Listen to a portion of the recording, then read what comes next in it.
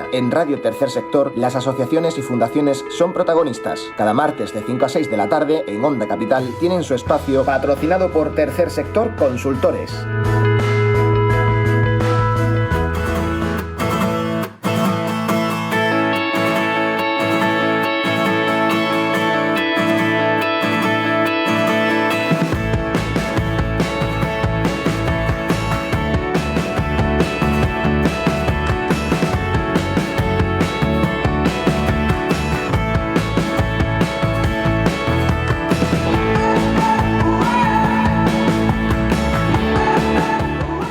Buenas tardes a todos y bienvenidos una semana más a Radio Tercer Sector, un lugar en la radio en el que las asociaciones y fundaciones son absolutas protagonistas. Yo soy Irene Carmona y os voy a acompañar durante toda esta hora en esta aventura radiofónica, pero no estoy sola porque al otro lado del micrófono tengo a mi compañera María. Muy buenas tardes, María, ¿qué tal? Muy buenas tardes, Irene, muy bien, deseando comenzar un día más. Estamos aquí en plena Navidad, ¿no? Sí. Pues sí, un día más que ya se van juntando un poco los días y ya tenemos una carterita de programas bastante amplio y además que hemos hablado ya un poco de todo, ¿no? Sí, y además estamos muy contentos porque la verdad que estamos pudiendo conocer a muchísimas asociaciones y fundaciones y estamos pudiendo hablar del tercer sector, que es lo que nos gusta y lo que nos motiva. Pues sí, totalmente. Y además yo recalcaría eso precisamente que has dicho, que cada semana tenemos la oportunidad de conocer a mucha gente que nos cuentan su labor social, ¿no? Nos cuentan qué es lo que hace y la verdad que es muy interesante y muy bonito. Sí, nosotros creo que al menos nuestros sentimientos de que estamos contribuyendo con el tercer sector y a dar difusión a todas estas causas que lo necesitan. Uh-huh. Sí. Y bueno, también recordar que Radio Tercer Sector está patrocinada por Tercer Sector Consultores, que si María nos hace una breve resumen para aquellas personas que se estén incorporando ahora y que no sepan quiénes somos en Tercer Sector Consultores. Sí, bueno, nosotros somos una consultora social, nos dedicamos a ayudar a las organizaciones sin ánimo de lucro, tanto en sus problemas administrativos como en la captación de fondos y la comunicación. Uh-huh. Y bueno, pues cada día hacemos un poquito más. Ya este último tiempo hemos estado también impartiendo formación. Y bueno, estamos muy contentos porque estamos abarcando muchas cosas y haciendo también muchas cosas nuevas, ¿no? Uh-huh. Sí, totalmente. Y vamos haciendo cada vez cositas nuevas y además vamos creciendo poco a poco, que eso también está muy bien. Sí. Y para que no nos pierdan de vista, ni a nosotros ni al programa de radio, por si se pierden algo, lo que sea, lo pueden consultar en Tercer Sector Consultores. Estamos en todas las redes sociales, en LinkedIn, YouTube, en Instagram, en Facebook, un poco de todo, estamos un poco en todo sitio. Además en YouTube subimos los programas completos y las entrevistas también completas, por si alguna se os pierde algo que queréis volver a escucharlo, pues ahí lo podéis hacer. También, por supuesto, recordaros que estamos en @OndaCapitalFM, en Facebook, Twitter y también en Instagram. Y precisamente en Facebook nos podéis ver mientras hacemos el programa en directo. Así que también un saludo a las personas que nos estén viendo ahora mismo desde la página de Facebook de Onda Capital. Así que nada, ya sí que sí, nosotros comenzamos con Radio Tercer Sector.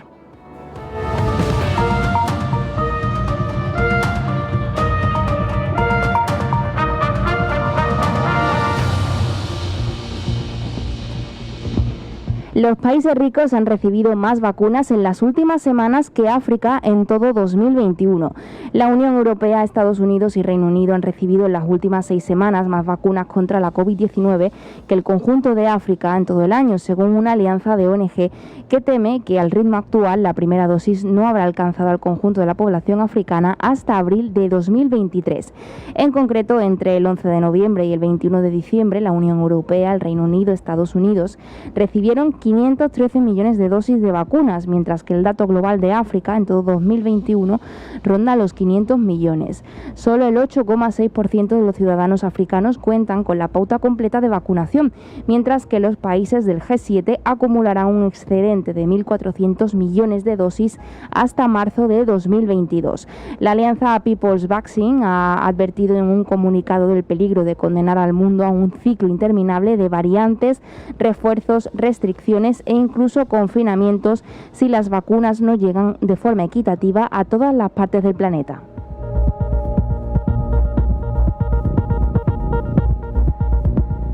El Open Arms tendrá puertas abiertas y visitas guiadas en el puerto de Barcelona en Navidad. El Open Arms, el barco de rescate de la ONG proactiva Open Arms, tendrá sus puertas abiertas y hará visitas guiadas durante las fiestas de Navidad en el puerto de Barcelona. El cofundador de proactiva Open Arms, Gerard Canal, ha apuntado que tras 5 años en el mar, ahora la función será la de concienciación y educación, mientras no haga falta para emprender más rescates, dado que la entidad está trabajando en un nuevo barco mayor y más equipado. Ha explicado que los visitantes podrán conocer a los tripulantes y formularles preguntas porque las personas que conducirán las visitas guiadas han estado en el mar durante las operaciones.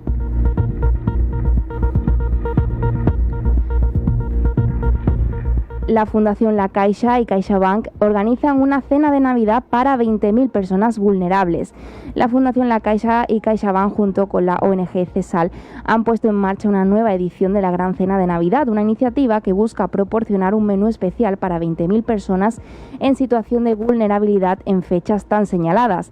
Las personas que recibieron este menú de Nochebuena son usuarios de los comedores sociales que forman parte de la iniciativa Comedores con Alma, que desde su origen en el año 2014 ha pretendido ser mucho más que un programa de ayudas económicas, logrando convertirse en un espacio de encuentro para los diferentes comedores sociales con los que la Fundación La Caixa y CaixaBank colaboran de forma muy activa. La COVID triplica los trastornos mentales en niños y adolescentes españoles. Save the Children ha alertado de que la pandemia ha triplicado el número de trastornos mentales y de conducta entre los menores y un 3% ha tenido pensamientos suicidas en 2021, periodo en el que se han reducido los diagnósticos y los servicios de salud mental infanto-juveniles están saturados. En su informe Crecer saludablemente, un análisis sobre la salud mental y el suicidio en la infancia y la adolescencia, la Organización de Defensa de la Infancia expone que los menores que viven en hogares con bajos ingresos tienen una probabilidad 4 veces mayor de sufrir trastornos mentales y o conducta que la de los hogares de renta alta. La pandemia ha traído a la vida de niños y niñas y adolescentes nuevas preocupaciones, miedos e infelicidad y ha puesto de manifiesto la magnitud de los problemas de salud mental que sufren los menores de nuestro país, ha aseverado el director general de la ONG, Andrés Conde, durante la presentación de la investigación.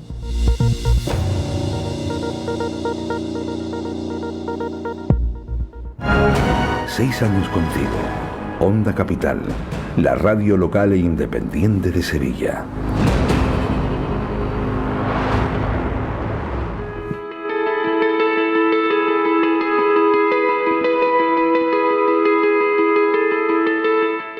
Y seguimos en Tercer Sector Consultores para hablar de otra de las caras de la actualidad, que es la de las efemérides, ¿no? Porque cada semana, cada martes, traemos algunos días especiales que marcamos en el calendario. Algunos, bueno, pues son bastante importantes por el trasfondo social que tienen y otros, bueno, pues no dejan de ser graciosos.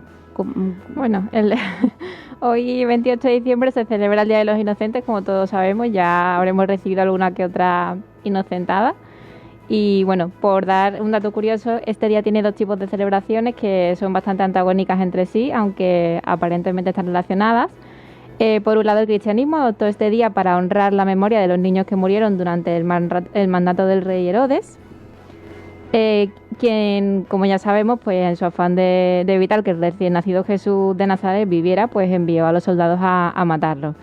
Y por otro lado, tanto en Hispanoamérica como en España se acostumbra a gastarse bromas que tienen como fin engañar a las personas y hacerles ver que han caído en ellas por inocentes, ¿no? Uh-huh. ¿Te han gastado alguna broma hoy? Sí, hoy he recibido unas cuantas piernas rotas y algunas ecografías de embarazo. La de los embarazos yo creo que es la más típica de todas las bromas. Sí. Y yo la primera de ellas siempre caigo, porque no me lo espero. Porque luego ya la segunda ya dice, oye, ya no cuela.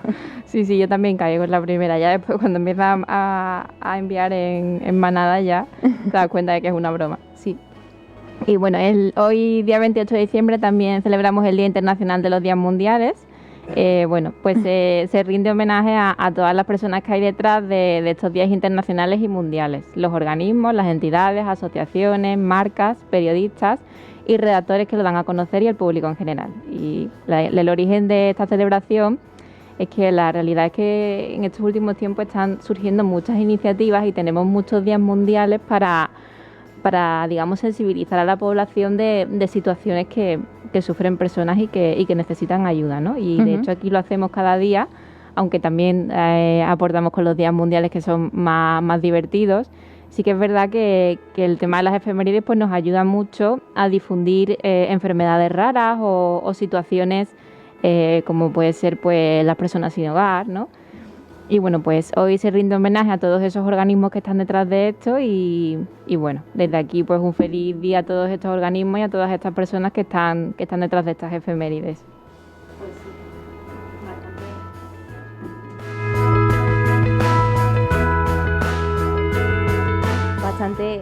bastante importante, ¿no? El tema de las efemérides y el tema de decir, recalcar, ¿no? Los temas sociales y, como tú bien dices, es una manera de homenajear, ¿no? A todos ellos. Y la verdad, me parece bonito que sea uno de los últimos días del año, porque es como el cierre, ¿no? De un poco de todos estos días mundiales que muchas veces venimos aquí cada semana. Y hay semanas que tenemos un montón de días mundiales que coinciden en el mismo día o incluso la misma semana. Bueno, y muchos que nos dejamos en el tintero, porque nosotros normalmente venimos aquí y decimos los martes el día de esa efeméride, pero durante toda la semana tenemos diferentes, ¿no? Sí, totalmente. Bueno, pues vamos a seguir con el programa y vamos a hablar de un tema también muy importante para las ONGs, que es el tema de crearla, ¿no? De hacerla de cero. Sí, bueno, hoy queríamos dar unas pinceladas porque, bueno, cuando un grupo de personas o una persona decide crear una organización sin ánimo de lucro para ayudar a un colectivo, pues sí que es verdad que puede tener muy buena intención y un objetivo muy claro, pero puede no saber cómo plasmar esta idea y cómo llevarla a cabo, sobre todo en temas legales, ¿no? Y que la organización pues sea una organización seria y bueno, y que dé su fruto. Así que, en primer lugar, lo principal que debe hacer un grupo de personas que va a crear una ONG es definir el ideario. Es decir, ¿qué quiero conseguir con esta organización? ¿Cuáles son mis objetivos? ¿Y qué instrumentos voy a utilizar? ¿Qué actividades voy a desarrollar? Porque bueno, aquí no podemos hablar de proyectos porque los proyectos es una cosa que viene después, ¿no? Pero ¿cómo lo quiero hacer? ¿Qué actividades quiero hacer? Es sentar las bases un poco de todo, sí, ¿no? De sentarte, y sobre todo yo creo que esto da pie mucho a la reflexión sobre los valores que tú quieres transmitir a la entidad. Sí, por supuesto. Cuando sentamos las bases del ideario hay que marcar la misión, la visión y los valores que bueno, los valores vienen a ser los principios. ¿Qué principios, cuando realice mis actividades y cumpla mis objetivos, con qué principios lo voy a hacer, ¿no? ¿Cómo lo voy a llevar a cabo? Y eso es muy importante porque si no tenemos eso, realmente no tenemos casi nada. Es eso, establecer un poco lo que viene siendo la base, sí, los cimientos. Sí.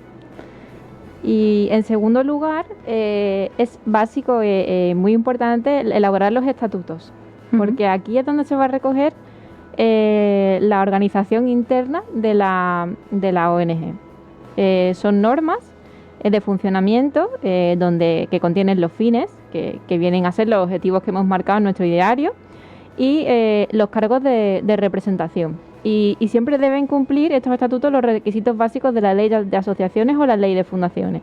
Digamos que la ley de asociaciones y ley de fundaciones te da una serie de un listado de requisitos que los estatutos deben cumplir. Nuestra recomendación, que usen el modelo base del Ministerio del Interior, que te lo proporciona y es muy sencillo rellenarlo. Y para nosotros es la mejor forma porque, bueno, al final leerte la ley y sacar de ahí todos los requisitos es mucho más complicado y aquí en el Ministerio del Interior incluso te pueden aconsejar sobre cómo tienes que rellenar el modelo base. ¿Vale? Y bueno, además de los estatutos es muy importante que contenga una sede social y un representante legal. Y como mínimo, para constituir la ONG debe haber mínimo 3 socios fundadores. Es fundamental. 3 socios, ¿no? Es muy interesante este dato. Sí. Bueno, y así por decir un poco ¿Qué debe contener los estatutos? Pues la denominación social de la ONG, que es el nombre oficial, porque bueno, siempre podemos tener un nombre, un acrónimo, ¿no?, que nos identifica mucho más, pero los estatutos van a recoger el nombre oficial. ¿Puede ser diferente entonces? Sí, pero bueno, normalmente tienen relación, ¿no? Pero hay ONGs que usan un acrónimo y luego pues tienen el nombre oficial, o a lo mejor el acrónimo es la primera parte y luego a lo mejor el nombre es muy largo, el acrónimo es la primera parte y después. Pero sí que es verdad que a la hora de pedir subvenciones y a la hora de presentarnos a la administración pública, siempre nos van a pedir la denominación oficial y tiene que estar fijada en los estatutos tal cual, porque si no, no nos lo admiten en casi ningún sitio.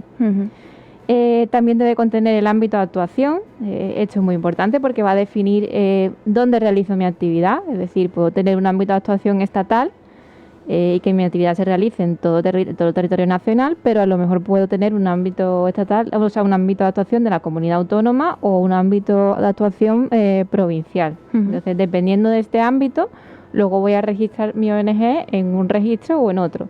Y a la hora de pedir subvenciones o hacer proyectos, pues puedo optar a diferentes opciones o diferentes subvenciones, ¿no? Y esto es muy importante tenerlo en cuenta, pues cuando lo establecemos, pues porque hay que tenerlo en cuenta todo, porque podemos ser pequeños cuando empezamos, pero al final, oye, pues a nosotros nos ha pasado con muchos clientes que, es que nos queremos presentar a esta, pero tenemos ámbito de la comunidad autónoma.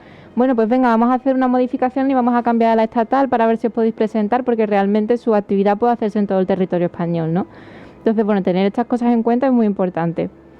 Las actividades que va a realizar para llevar a cabo sus objetivos. También hay que tenerla muy bien pensada, y eso también hay que incluirlo entonces en los estatutos, ¿no? Sí, no es tan importante, es decir, tú puedes incluir unas actividades y a lo mejor luego pues haces algunas que son derivadas de estas, que no son estas concretamente, pero bueno, siempre se aconseja ponerlas.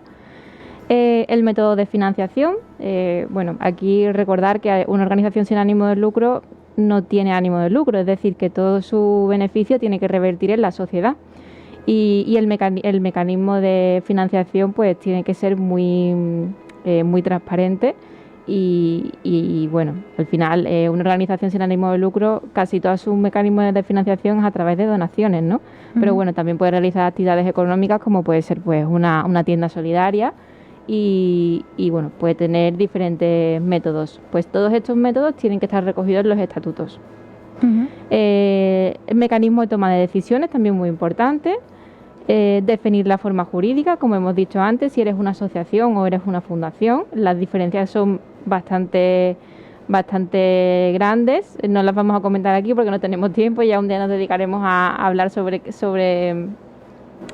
su diferencia, pero bueno, es muy importante definir la forma.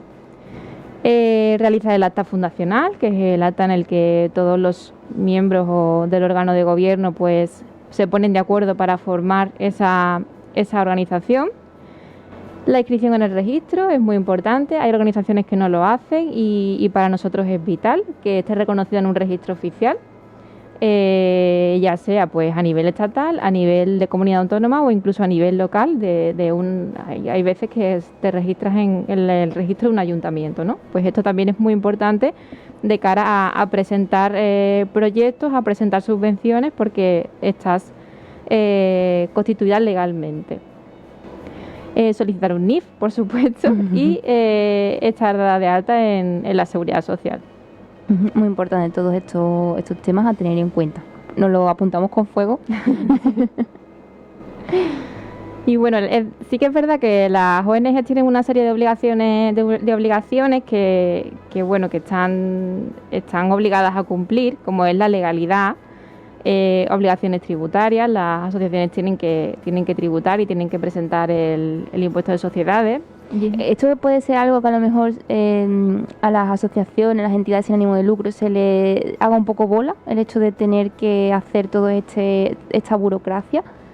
Sí, sobre todo a las pequeñas se les suele hacer muy bola, porque cuando tú constituyes una asociación, sobre todo porque ya el tema de la fundación es algo mucho más grande y suele contar con la mano de expertos, realmente no tienes una formación jurídica, tienes una motivación, tienes ganas de ayudar a una causa social, pero no tienes una una formación jurídica. Y sí que es verdad que estas cosas pues muchas veces se les escapan a las organizaciones.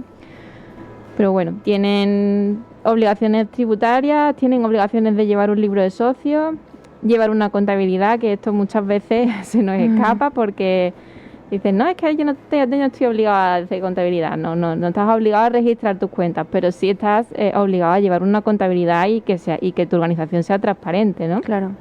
Y el hecho de que hagas unas cuentas anuales, aunque no sean registradas, pues es muy importante tanto para la organización como para la transparencia, como de cara a presentar futuros proyectos, etcétera. Llevar un libro de voluntarios. Cuando tienes voluntarios en tu organización, es básico tener un libro y que haya constancia de alguna forma que el voluntario ha trabajado X horas y que ha estado ahí, ¿no? Es como un final, registro, ¿no? Sí, porque al final un voluntario no es un trabajador, pero se asimila mucho a un trabajador. Entonces, llevar un libro de voluntarios y saber que el voluntario ha estado realizando X trabajo en X días y a X horas, pues eso es muy importante y de cara a la legalidad es mucho más fácil luego por si hay algún problema de cualquier tipo. Claro, no se puede tener simplemente al voluntario que venga y haga cualquier cosa y eso no quede registrado en muchas ningún organizaciones sitio, ¿no? lo hacen así, pero lo ideal es llevar un libro de voluntarios y que haya constancia de que todo esto, de que todos estos voluntarios han estado ahí y se sepa, ¿no? Y eso para mí es también vital. Mejor para evitarse problemas futuros, ¿no? Sí, porque pasa algo, al voluntario le pasa cualquier cosa, por lo que sea, tiene que estar legalizado de alguna manera. Y bueno, por supuesto, por cumplir con las obligaciones en seguridad social con respecto a los trabajadores, porque al final los trabajadores de una organización sin ánimo de lucro son como los trabajadores de una empresa. Claro. Esto es así, tienen que estar con sus contratos laborales, dados de alta en seguridad social y tienen que cumplir muy bien toda la normativa laboral. Pues la verdad que es que son muchos, ¿no? Todos estos detallitos son, a lo mejor, lo vamos leyendo poco a poco y vamos viendo que son bastantes, pero a lo mejor a la hora de hacerlo, ¿no? Dependiendo, no sé si es muy complicado o no. Nosotros la verdad es que aconsejamos que todo esto se deje en manos de expertos, es decir, si yo quiero constituir una organización sin ánimo de lucro, aunque yo cree el ideario, porque al final lo que se va a hacer, la misión, los valores, todo esto, es algo de las personas que crean la organización.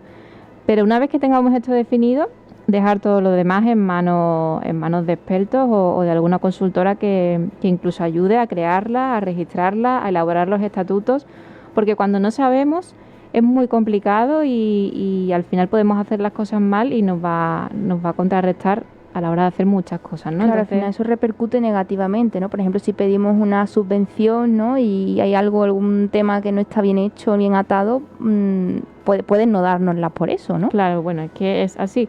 Porque si pides una subvención y te piden el registro, te piden los estatutos, te piden el acta fundacional, te piden las cuentas anuales y tú no has hecho nada de esto, pues al final es muy difícil que te concedan nada, ¿no? Porque no estás cumpliendo la legalidad, que es lo que se trata. Pues sí, la verdad que es muy interesante tener todo esto marcado y tener todo esto en cuenta, ¿no? ¿Qué es lo que crees de todo esto que hemos hablado que se les puede hacer un poco más complicado a las entidades o que a lo mejor piensan que es algo más sencillo pero no lo es tanto? Bueno, sin duda el tema de la contabilidad y las obligaciones tributarias y con la seguridad social. Porque son detalles, ¿no? Bueno, detalles entre comillas, porque no son detalles, es un trabajo... Es un trabajo que hay detrás que es bastante importante, ¿no? Contar con consultoras que se dediquen a esto y que tengan experiencia es muy básico porque te pueden meter en un lío. Claro. Al final lo que tenemos que meternos en la cabeza es que somos como una empresa y gestionar nuestra ONG pensando que, bueno, evidentemente no somos una empresa porque no tenemos ánimo de lucro, pero a la hora de hacer todos los temas legales y llevar la contabilidad y el tema de los impuestos, pues tratarnos a nosotros mismos como si fuéramos una empresa y contar con expertos profesionales que nos ayuden en el día a día y que lleven todo esto y que nos lo lleven bien, evidentemente.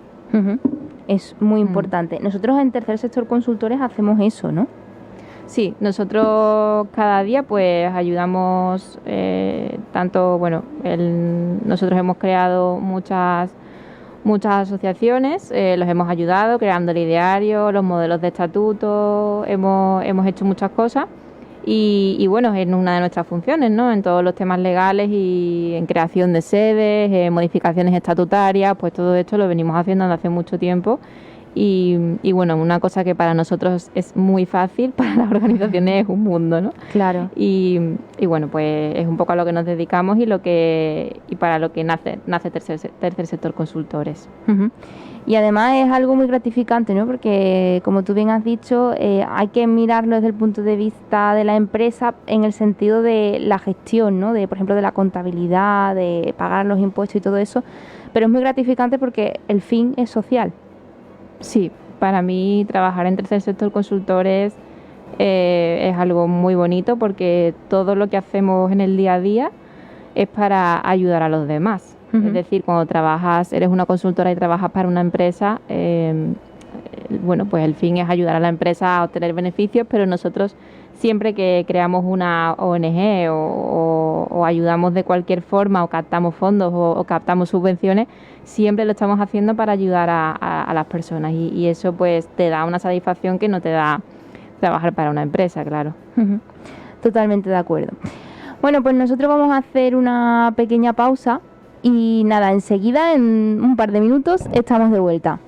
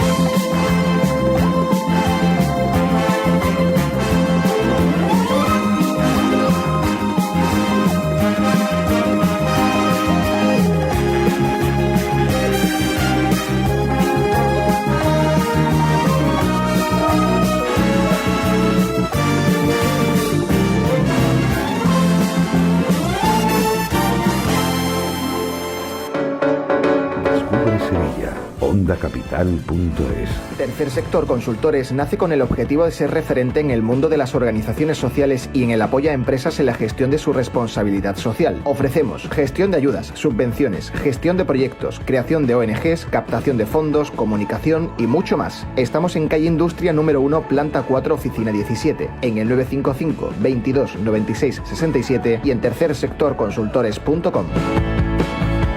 Choco & Late en el barrio de Los Bermejales, especializado en postres y copas. Llevamos 14 años elaborando nuestras tartas de forma artesanal y posiblemente sean las mejores tartas cremosas de Sevilla. Estamos en calle Polonia 4, 41012, Sevilla. chocoandlate.com. Clínica Veterinaria San Bernardo, donde la salud de tu mascota es nuestro objetivo. Contamos con grandes profesionales para cualquier situación. Medicina preventiva e interna, cirugías, traumatologías, diagnósticos, hospitalizaciones, asesoramientos dietéticos, urgencias 24 horas y mucho más. Estamos en calle Dr. Antonio Cortés Lladó, número 7, en el 955 26 50 55 y en veterinariaensevilla.com. Wurst & Burger, 7 años ofreciendo la máxima calidad en hamburguesas gourmet. Wagyu, Angus, retinto y en temporada hamburguesas de carne de caza. Además contarás con hamburguesas sin gluten. Visítanos en calle Finlandia sin número, fácil aparcamiento. Reservas al 685 09 82 42, por WhatsApp 605 89 70 67.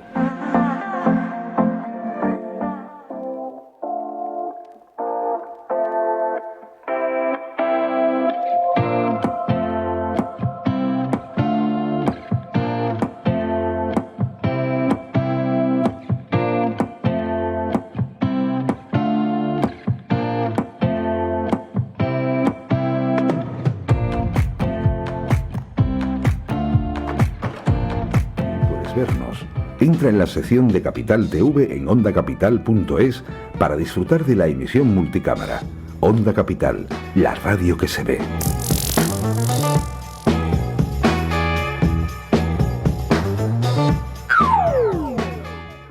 ¿Estás al día de los planes de responsabilidad social corporativa para tu empresa? ¿Sabes a qué subvenciones puedes optar para perseguir tus objetivos? En Radio Tercer Sector, cada martes de 5 a 6 de la tarde, tenemos un espacio para ti en Onda Capital. Patrocinado por Tercer Sector Consultores. ¡Te esperamos!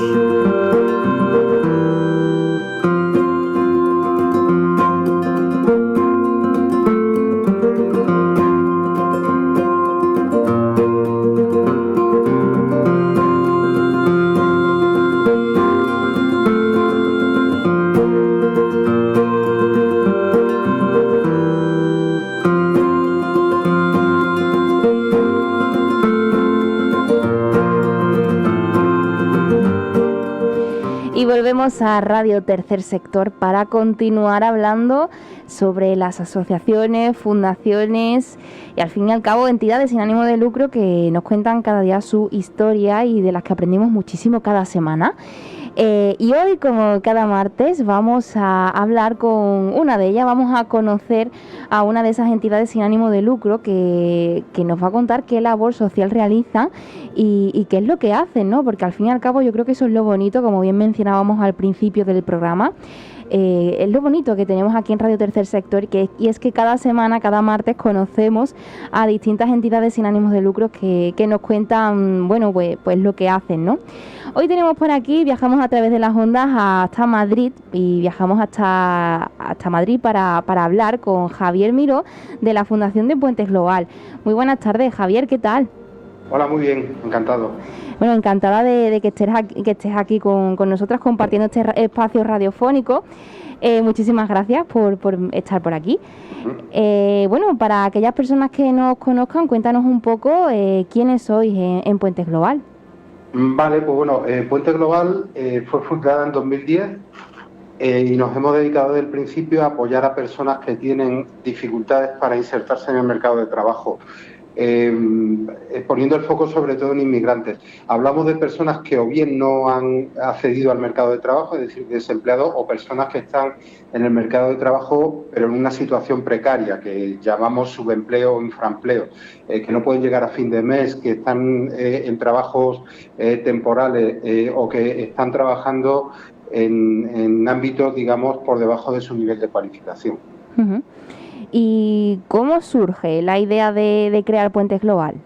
Bueno, pues surge viendo un poco la necesidad de apoyar a determinados colectivos, especialmente inmigrantes, que se enfrentan a un entorno muy desconocido para ellos, que van a necesitar un apoyo, porque bueno, pues, también en nuestra experiencia personal, yo no fui de los fundadores, pero bueno, los fundadores y yo mismo también nos hemos encontrado en esa situación de llegar a un entorno en el que desconocen las reglas de uso, la norma del juego, ¿no? Y entonces, aparte de tener un determinado nivel de formación, pues bueno, pues tienes que tener muchos otros conocimientos, muchas otras habilidades que a personas venidas de fuera pues les pueden en un momento dado faltar. Uh-huh.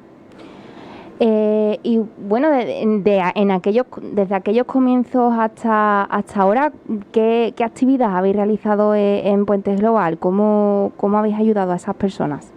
Bueno, pues en un primer momento nos centramos sobre todo en apoyar a emprendedores y eso es lo que hemos hecho durante muchos años. Hablamos de emprendedores, de personas que bueno que tienen en mente montar o lanzar un pequeño proyecto que sea su medio de subsistencia. No hablamos de este emprendedor que suele ser el protagonista en noticias de prensa, que tiene que ver con alguien que consigue un éxito bárbaro. Estamos hablando de personas que quieren tener su propio pequeño negocio, ejercer su profesión como autónomos o como profesionales liberales. Cuando empieza la crisis del coronavirus, y empezamos a ver datos de desempleo, sobre todo, y muy acusado el desempleo juvenil, uh-huh. Pues nos planteamos trabajar en otros ámbitos, que tiene que ver con ayudar a la gente a buscar empleo por cuenta ajena. Y ahora mismo, pues bueno, estamos trabajando en ambas líneas. Al final se trata de empleo, al final se trata de tener la oportunidad de ejercer una profesión, sea por cuenta propia, como autónomo, como emprendedor, o sea para otro, por cuenta ajena. Uh-huh.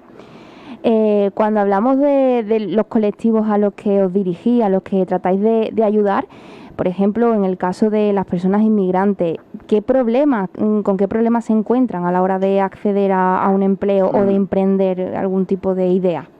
Bueno, para empezar, claro, la categoría de inmigrante es muy amplia. Nosotros decimos que es un inmigrante la persona que está cuidando a un dependiente, pero también es un inmigrante, un jugador de fútbol. Entonces, en todo ese recorrido hay distintas situaciones y, en todo caso, pues bueno, hay un desconocimiento de las normas que regulan la sociedad, es decir, un poco lo que llamamos cultura, valores compartidos. Puede parecer que vivimos en un mundo donde todo el mundo piensa, donde todo el mundo tiene los mismos valores, pero no es así. También, y desde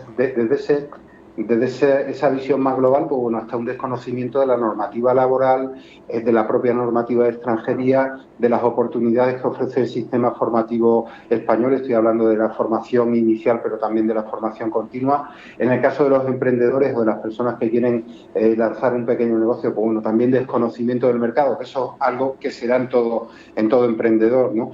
Y entonces, pues bueno, lo que buscamos es dotarle de los conocimientos, de las habilidades, también que desarrollen una serie de hábitos, es decir, que hablamos de dos ejes. Un eje que tiene que ver con la búsqueda de la mejora constante de la situación laboral y también verse o adquirir el hábito del aprendizaje permanente, porque ya nadie puede decir que bueno, que con lo que sabe ya se puede defender. Es decir, tenemos que estar todos, y no es una cuestión solo de los inmigrantes, en permanente proceso de mejora, ¿no? Al final. Claro.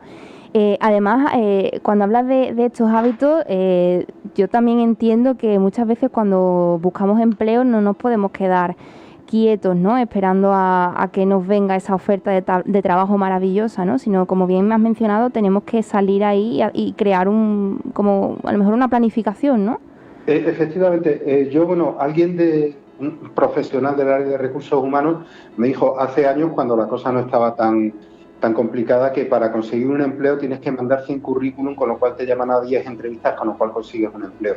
Hay que tener ese hábito, hay que tener un plan. Es como dices tú, no se llega al empleo que uno quiere cruzando los dedos y esperando la suerte. Yo siempre digo que la diferencia entre un sueño y un objetivo es un plan. Tú puedes tener el sueño de querer trabajar en algo, pero se queda en un sueño si no tienes un plan. Es decir, si no empiezas conociendo, para empezar, en qué consiste ese oficio, porque hay mucha gente, y no solo inmigrantes, en general, que no sabe en realidad de lo que es un oficio, conociendo la oferta y la demanda para ese oficio. Y lo decimos siempre, si a ti te interesa mucho esa determinada profesión, le puede estar interesando a muchas personas. ¿Cuántos demandantes para ese tipo de empleo hay y cuánta oferta hay para ese tipo de empleo? Es decir, un plan siempre comienza con un análisis, ¿no? Y una vez que tienes eso, empiezas a planificar. Ya no se busca empleo como hace 15 años. Ahora ya el tema de tener un currículum nos sirve, y es que empieza a no servir tampoco el tema de LinkedIn, pero es que el tema de las redes, el tema de los contactos es fundamental. Se lo decimos a la gente a la que apoyamos, que en un momento dado, cuando en una empresa rechazan tu candidatura, no hay que venirse abajo, sino pensar que ya hay una empresa que te conoce. Con lo cual vas ampliando tu red, ¿no? Y que pueden hablar de ti o que pueden en un momento dado acordarse de ti y llamarte. Es siempre necesario tener un plan, ser constante, no desmotivarse y, sobre todo, esto es muy importante, buscar apoyo. Es decir, gracias a Dios vivimos en una sociedad bastante solidaria, con muchos mecanismos de apoyo a las personas en dificultad, públicos, privados, entidades sociales, que te pueden ayudar. Es decir, animamos a la gente a que no se quede sola, sino que busque dónde puede haber ayuda, ¿no? Y eso es fundamental también para nosotros. También, incluso, yo no sé si tú estarás de acuerdo conmigo, pero yo añadiría el tema de la huella digital, ¿no? Porque creo que también es una cosa que es muy importante a tener en cuenta, sobre todo de cara a buscar empleo, ¿no? No sé si estás de acuerdo conmigo en que hay que tener una reputación en la red un poco cuidada, ¿no? Sí, lo estamos viendo a todos los niveles. Es decir, es lo que decíamos antes, ya no se busca empleo como se buscaba empleo hace 15 años, ya tener un currículum y mandarlo no vale, porque lo primero que va a hacer un reclutador es buscarte en redes. Es decir, evidentemente, si tú buscas empleo de arquitectura, de arquitecto o de un nivel de cualificación superior, no es lo mismo que si estás buscando empleo a otros niveles, que es digamos, profesiones con un nivel de cualificación inferior, pero en todo caso tienes que estar presente. Estamos viendo cómo incluso en sectores donde antes funcionaba mucho el boca a oreja, como pueda ser el tema del servicio doméstico, empieza a haber plataformas especializadas donde tú tienes que estar. Es decir, y está LinkedIn y está InfoJobs y hay otras plataformas especializadas, cada vez más especializadas, y hay que estar ahí. Hay que tener presencia digital. Esto puede sonar a que es una cosa de influencers, de famosos, etcétera, pero no, todos tenemos que tener esa presencia. Sí. Y bueno, también quería preguntarte sobre a la hora de ayudar a personas, ¿no?, que están a lo mejor, pertenecen a colectivos un poco más vulnerables. ¿Cuáles son los principales retos a los que se pueden enfrentar a la hora de mejorar su situación laboral o, entrar directamente en el mercado laboral? Bueno, yo creo que un primer reto que hay que asumir es, o una primera barrera que hay que superar es casi mental, psicológica, y es, siendo un poco brusco, abandonar la mentalidad de derrota. Es decir, empezar a creerte que tú puedes conseguirlo. O sea, y esto no es como un eslogan rollo película americana, ¿no? Sino que es pensar que si tú quieres un trabajo, por ejemplo, de camarero, hay mucha gente que está buscando camarero y mucha gente trabajando de camarero, es decir, que tú lo puedes conseguir. Yo creo que ese es el primer paso. Luego voy a insistir mucho, busca apoyo, busca ayuda, entiende que no estás solo, que esto también vemos que le pasa bastante a las personas en situación de vulnerabilidad, que hay mucha gente y muchas organizaciones dispuestas y buscando ayudar. Y yo creo que eso es algo que repetimos mucho a la gente a la que ayudamos. Si nosotros no somos capaces de ayudarles, les llevamos y les orientamos a quien pueda ayudarles. Y en ese sentido creo que es necesario que entiendan que tenemos en nuestro país una red social amplia, un tejido amplio de entidades sociales públicas y privadas, no distingo, que les pueden ayudar. Muy importante ese apoyo y esa motivación. Al final también es crear un poco de comunidad, ¿no?, entre aquellas personas que están pasando una situación similar con aquellas que les pueden echar una mano de alguna manera. Efectivamente, sí, eso creemos que es esencial. Claro, cuando estamos hablando de inmigrantes, hablamos de personas que en general han abandonado un entorno en el que tenían una red social. Estoy hablando de red social en el sentido antiguo, sí, ¿no? En el sentido de contactos, amigos, familias, conocidos, y que llegan a un país donde a lo mejor, primero, pueden no tener red social, y segundo, a lo mejor la red social que tienen no es suficiente. ¿Por qué? Pues porque, suele pasar aquí en una ciudad grande como Madrid, se ve que los de una determinada nacionalidad, una determinada región suelen juntarse, pero claro, el problema es que muchas veces vamos a decir que se juntan personas en situación difícil con personas en situación difícil, ¿no? Y creemos de verdad que el tema de no quedarte solo es fundamental para conseguir un objetivo, pues eso, de mejorar tu situación y usar los recursos a disposición. Ha cambiado, yo creo que la manera de trabajar ha cambiado mucho desde que vivimos el confinamiento, el primer confinamiento allá por marzo de 2020. ¿Ha cambiado también la manera de buscar empleo a raíz de este cambio? Por ejemplo, ahora se teletrabaja mucho, hay más perfiles digitales. Sí. Vale, has dicho el tema del primer confinamiento y esperemos que quede en uno y que no tengamos una sorpresa. Como hay personas confinadas, digo, para algunas personas ahora mismo será su segundo confinamiento o tercero. O tercero. Sí, en mi caso que ando confinado porque, mi hijo fue en contacto con un positivo y yo no tenía que estar confinado, pero claro, me tengo que quedar en casa. Vale. Y hoy por fin hemos podido salir. Pero ha cambiado. El problema que hemos visto es que, claro, muchas de las personas a las que estamos apoyando ahora tenían un trabajo que tenía mucho de presencial, eran personas que estaban cuidando a personas mayores, servicio doméstico, trabajo en pequeños negocios que han tenido que cerrar, y claro, hay cosas que no se pueden hacer confinados. Hay otras que sí, por ejemplo, el tema de búsqueda de empleo, ahora mismo se ha acelerado la tendencia en este tema como en otros, y ahora mismo hay plataformas de todo tipo. De todas formas, ya te digo, hay trabajos que yo no veo la manera en que se puedan realizar a distancia, ¿no? Y eso lo hemos visto. Y hemos visto muchas personas que se ganaban la vida dignamente, la verdad es que iban mes a mes, que no tenían capacidad de generar un colchón de ahorro, y que en cuanto llegó el confinamiento pasaron a las colas de Cáritas, ¿no? Por reflejarlo muy muy gráficamente. Y eso también nos tenemos que acordar, es decir, no podemos olvidarnos de que hay personas que no pueden trabajar digitalmente, ¿no? Uh-huh. ¿Cómo le aconsejarías a esas personas que a lo mejor no pueden trabajar de manera digital, pero quieren acceder al mercado de empleo, mientras, cada vez los perfiles digitales pues se están demandando más? Vale, claro, el tema es que ahora mismo hay profesiones que podemos llamar tecnológicas, de base tecnológica, que si no tienes, es decir, que trabajas con la tecnología avanzada, por así decir, pero es que todas las profesiones van a incorporar un elemento digital, un elemento que use estas herramientas, aunque sea para la pura búsqueda de empleo. Y estamos viendo pues personas que se están quedando atrás y a las que hay que ayudar para poder desarrollar competencias digitales básicas. Es decir, parece que ya todo el mundo sabe utilizar un ordenador, utilizar un móvil, y resulta que no. Entonces, aparte de las profesiones digitales o tecnológicas, llamémoslo como queramos, toda profesión, es decir, tú tienes que ser capaz de comunicarte a través de un móvil, y parece una tontería, a través de un chat de WhatsApp, con la persona en cuya casa estás trabajando, ¿no?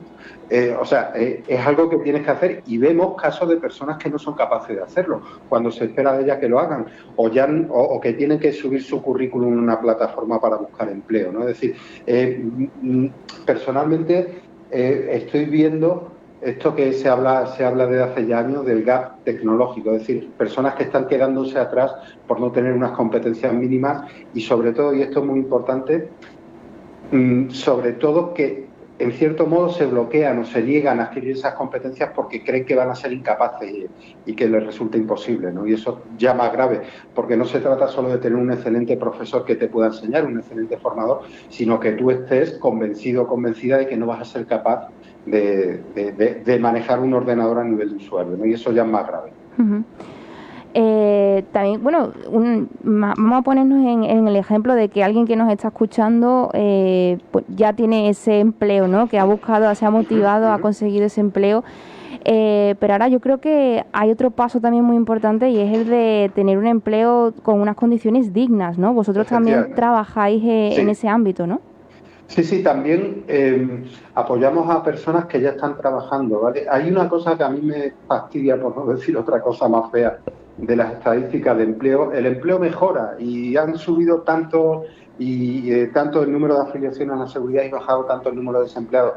Claro, estamos midiendo la cantidad de empleo, pero no estamos midiendo la calidad del empleo. Es decir, sí, hay cada vez más personas que tienen trabajo, pero también hay cada vez más trabajadores pobres, que es un término de la sociología, que es personas que aún trabajando no tienen los medios para llegar a fin de mes, ¿no? Y estamos viendo cada vez más de eso. Yo hablo con gente joven y le digo que se tienen que ir acostumbrando,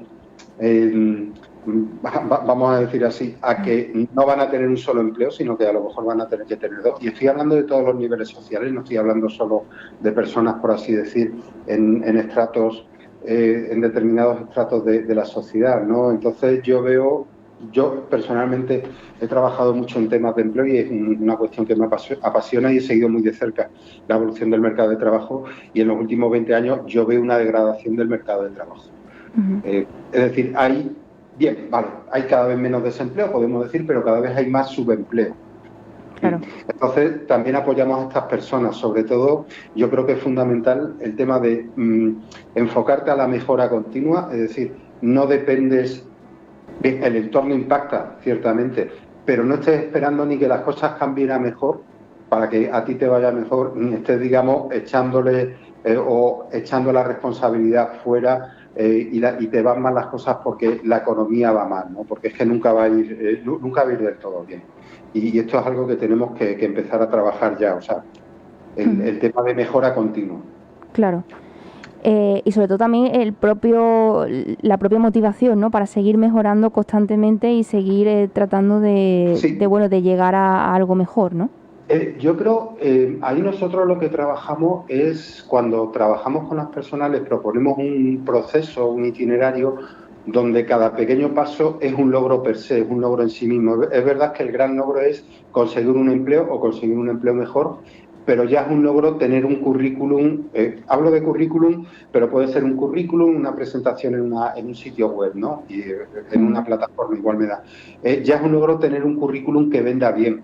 Ya es un logro haber tenido una primera entrevista, y la primera sale mal, pero porque es que no tienen la capacidad de comunicar, y al final una entrevista de trabajo es un proceso de comunicación, pero ya saldrá mejor.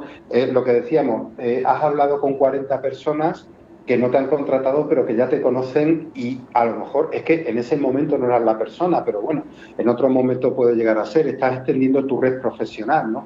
Entonces, ante todo, la motivación es fundamental, y en determinados colectivos hay que llevarlos a eso, hay que acabar un poco con esa cierta mentalidad que puede sonar muy duro, pero y es comprensible, de perdedor, de que las cosas me van mal y van a ir mal siempre, porque les llevamos a reflexionar y a acordarse de cuando las cosas no les iban tan mal. Entonces, pues bueno, les tenemos que convencer que la vida no es una cuesta abajo, sino que bueno, que hay momentos que estás arriba y momentos abajo, y que puedes volver a llegar arriba, ¿no? Claro, totalmente. También yo tengo muchas veces la sensación, sobre todo hablando con gente de más o menos de mi edad, gente joven que acaba de terminar su formación, ya sea carrera o formación profesional, lo que sea, ¿no? Y se siente siente como un gran pesimismo, ¿no? Porque se terminan las carreras, ya tienes el título, y parece que no todo es tan bonito, sino que al final cuesta mucho llegar y tener ese primer empleo. ¿Qué le aconsejarías tú a esas personas? Bueno, pues para empezar, yo lo que le aconsejaría es que se hagan mayores, porque claro, esto hemos trabajado con bastantes chicos jóvenes de instituto, de formación profesional, y con esto de la pandemia, claro, es una crisis, ha sido una crisis importante en el mercado de trabajo, y sobre todo en el mercado de trabajo juvenil, que hemos llegado al 40 y tantos % de desempleo juvenil. Pero yo lo que le digo, mirar, yo cuando estaba acabando la carrera estábamos en crisis, y luego vino otra y otra y otra, y sobrevivimos y nos hacemos más fuertes. Entonces, primero que lo dicho, es decir, que tengan en presente cuáles son las condiciones del entorno, es decir, esa crisis que hay y que volverá a haber, seguramente, porque no salimos de ese ciclo de crisis, recuperación, pero sobre todo que confíen en su propia capacidad. Evidentemente no es tan fácil como se puede plantear, pero tampoco es tan imposible. Que hablen con sus mayores, ¿vale? Que hablen con personas con más experiencia, y que escuchen, pues bueno, cómo sus padres o sus profesores, cuando tenían 20 o 22 años, pasaron por la misma situación de desconcierto, ¿no? Yo recuerdo, por ejemplo, cuando estudiaba la carrera, hubo un profesor, porque estábamos pasando una crisis en tercero o cuarto de carrera, que nos dijo: de los que estáis en esta sala, y éramos unos 300, porque era un grupo importante de alumnos, dijo: va a haber algunos que no voy a trabajar nunca. Y claro, es que a poco más y lo linchamos, porque no queríamos oír eso, y al final yo creo que el hombre estaba un poco entre exagerando y contando la verdad, sobre todo que no crean que las cosas van a ser siempre tan malas como son ahora, y que cuenten con su propia fuerza. Y ojo, hablando de gente que está abandonando el sistema educativo, ¿no? Dejando, porque acaban un ciclo de FP o porque acaban una carrera universitaria, que no piensen que el estudiar se acaba con eso, es decir, que van a tener que seguir formándose, porque la economía evoluciona, la sociedad evoluciona, las profesiones evolucionan, y hay que estar permanentemente abierto a aprender. Eso es fundamental. Eso es fundamental también. Bueno, Javier, nos queda un minutito, y si te parece, cuéntanos un poco dónde podemos seguiros la pista. Vale, pues mira, tenemos nuestra página web. Yo lo que digo es que no es el mejor sitio para ver lo que hacemos, porque tiene una información bastante estática, pero tenemos cuenta en Twitter, tenemos cuenta en Facebook, tenemos el blog, ¿vale? Que también tenemos un blog. Simplemente buscar Puentes Global, cuidado, Puentes con S al final y Global, no globales, porque el nombre puede llevar a confusión. Y acabamos de inaugurar un canal de Instagram, que era algo que también teníamos ganas de hacer. Entonces, redes y página web, y bueno, también estoy a vuestra disposición a través de un correo que podéis ver a la vuestra y a cualquiera de los oyentes en la propia página web, y encantado de responder a cualquier comentario o pregunta. Y nada, pues muchas gracias por esta charla, que la verdad es que me ha gustado mucho compartir este momento con vosotros. Pues muchísimas gracias a ti, Javier, por estar por aquí con nosotros y por contarnos esa labor social tan importante que realizáis. Nosotros nos vamos a ir despidiendo ya, porque nos volvemos a escuchar de nuevo como cada martes aquí en Radio Tercer Sector. Hasta entonces.